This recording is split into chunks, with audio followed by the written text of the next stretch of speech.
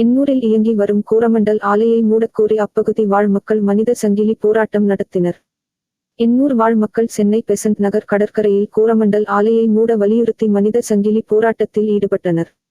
சென்ற டிசம்பர் மாதம் இரவு கோரமண்டல் ஆலையில் சிலிண்டர் வெடித்து வெளியேறிய அமோனியா கேஸ் கசிவால் சுமார் 55க்கும் மேற்பட்ட மக்கள் பாதிக்கப்பட்டு மருத்துவமனையில் சிகிச்சை பெற்று வீடு திரும்பினர்.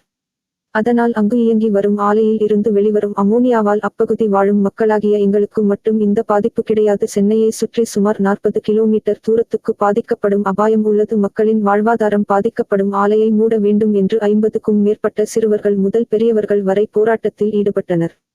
அப்பகுதியில் சுமார் 40,000 குடும்பங்களுக்கு மேல் வாழ்ந்து வருவதாகவும் சிறுவர்கள் முதல் பெரியவர்கள் வரை மூச்சு திணறல், சோர்வின்மை, மலட்டுத்தன்மை, கேன்சர் போன்ற நோய்களால் பெரிதும் பாதிக்கப்படுவதால் ஆலையை மூடக்கோரி 68 நாட்களாக தொடர்ந்து போராட்டத்தில் ஈடுபட்டு வருவதாகவும், காற்றில் கலந்துள்ள அமோனியா வாயுவை சுவாசிப்பதால் அப்பகுதியில் வாழும் மாணவர்களுக்கு தொடர் சோர்வு ஏற்படுவதால் எந்தவொரு விளையாட்டுகளிலும் கலந்து கொள்ள முடியாமல் போகிறது. பெண்களுக்கு மலட்டு தன்மை ஏற்படுகிறது. இப்படி அங்கு வசித்து வரும் மக்களாகிய நாங்கள் பெரிதும் பாதிக்கப்பட்டு எங்களின் வாழ்க்கை கேள்விக்குறியாகி வருகின்றது. இதற்கு மத்திய அரசும் மாநில அரசும் தான் தகுந்த நடவடிக்கை எடுக்க வேண்டும் என்று கூறுகின்றனர்.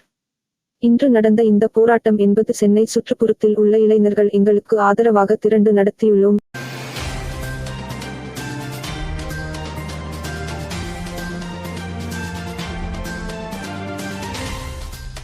எண்ணூரில் அமோனியா வாயு கசிவு நடந்ததை பற்றி 2 மாதத்துக்கு முன்னாடி சென்னையில் இருக்கிற பிற பகுதி சென்னையில் இருக்கிற மக்கள் எல்லாருமே பார்த்துருப்பாங்க. இப்போ அதை பற்றி பேச வந்தாலே இப்போது இந்த நிகழ்வு நடக்குதுன்னு சொன்னாலே ஆமாம் 2 மாதத்துக்கு முன்னாடி நடந்துச்சு, இப்போ என்ன அப்படின்ற, இப்போ வேறு ஏதாச்சும் நடந்திருக்கா அப்படின்ற மாதிரியான கண்ணோட்டம் தான் பெரும்பாலும் இருந்துக்கிட்டு இருக்கு. ஆனால் 68 நாளாக அங்கே மக்கள் உட்காந்து போராடிட்டு இருக்காங்க அப்படின்ற விஷயம் மத்திய சென்னை பகுதியில் இருக்கிற மக்களுக்கோ தென் சென்னை பகுதியில் இருக்கிற மக்களுக்கோ பெருசாக தெரியறதில்ல. அந்த ஒரு விஷயத்தை இங்கே இருக்கிற மற்ற மக்களுக்கு இன்னும் அடிக்கோடிட்டு காட்டுறதும் அங்கே நடந்துட்டு இருக்க 68 நாள் போராட்டத்தை வெளிச்சத்துக்கு கொண்டு வரது அப்படின்றதும் ரொம்ப முக்கியமான விஷயம். இன்னொன்று அவங்க வெறும் வடசென்னை மக்களுக்காக அந்த அமோனியா டேங்க்ன்றது அதிகமான மக்கள் குடியிருக்கிற இடத்துல இருந்து வெறும் 350 மீட்டர் தொலைவில் இருக்குது. அப்படியே ஒரு கல்லை தூக்கி எறிஞ்சால் போய் விழுந்துடும், அவ்வளோ தூரம் தான். அப்படி இருக்குது. ஆனால் அவங்க அவங்களுக்காக மட்டும் போராடலை. இந்த விஷவாயு கசிவு நடந்தது கடலுக்குள்ளே நடந்துச்சு. அதனால பெரும்பகுதியான வாயு கடல் உள்வாங்கிக்கிச்சு.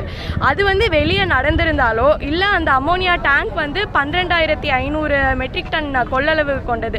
அதில் ஒரு சின்ன வெடிப்போ சின்ன விபத்து ஏதோ நடந்திருந்தாலோ இங்கே இருக்கிற மீனம்பாக்கம் வரைக்குமே பாதிப்பு ஏற்படும். அடுத்த போபாலா சென்னை இந்தியாவில் திரும்ப அதுக்கப்புறம் சுற்றுச்சூழல் சீர்திருத்தங்கள் எல்லாமே நடக்கும்.